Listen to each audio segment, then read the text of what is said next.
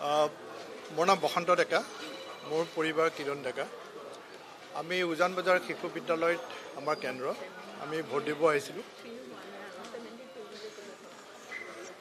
আমাৰ নম্বৰ হ'ল 810, 811 মধ্যম খণ্ড। মই সোমাই পেলাই যেতিয়া কওঁ 810, এই অফিচাৰজনে 810হে বুজি পোৱা নাই, তাক হিন্দীত কওঁতেহে বুজি পাইছে। তাত 3জনমান হিন্দীৱালা আছে। তাৰপিছত সেইখিনি হ'ল তেওঁৰ সোঁহাতখন ভঙা,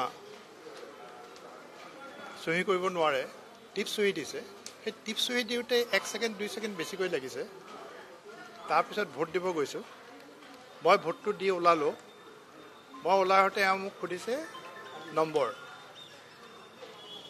সেইটো তেওঁৰ অধিকাৰ আছে মোক সোধাৰ, তেওঁ মোৰ পৰিবাৰ। মই নম্বৰটো ক'লোঁ। তেতিয়া প্ৰিচাইডিং অফিচাৰজন মানে গুৰগুৰাই উঠিছে। ইতনা দিন ভোট দিয়া হে পতা নেই আপকো, চোচা মাৰি আহিছে।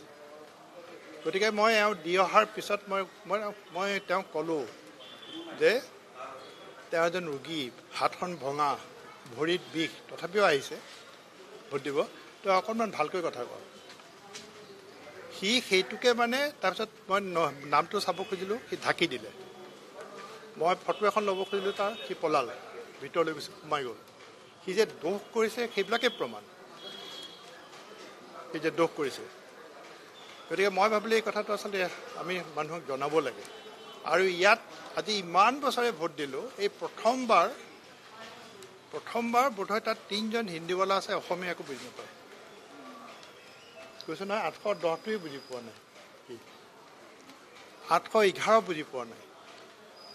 গতিকে অৱস্থাটো আমাৰ এনেকুৱা হৈছে, এগৰাকী মহিলাক, এগৰাকী হাত ভঙা মহিলাক, ৰোগী কেনেকৈ ব্যৱহাৰ পাতি, এইখিনি সাধাৰণ ব্যৱহাৰ পাতিখিনিও প্ৰিজাইডিং অফিচাৰজনে নাজানে। আৰু তাৰ ব্যৱহাৰ পাতি অত্যন্ত মানে খুব, আমি যে কওঁ ঠেৰেঙা বুলি, ঠেৰেঙা স্বভাৱ।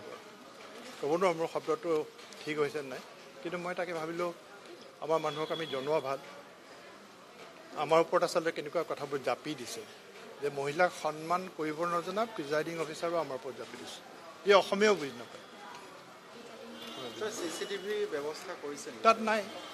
তাত থাকিলেতো তেওঁ ওলাই গ'লহেঁতেন চব কথা। তেওঁ যে চচা মাৰি আহিছে, তেওঁ যে 2 ছেকেণ্ডৰ কাৰণেই তেওঁ যে অভদ্ৰামী কৰিছে, সেইবিলাকতো চব ওলাই পৰিলেহেঁতেন CCTV নাই।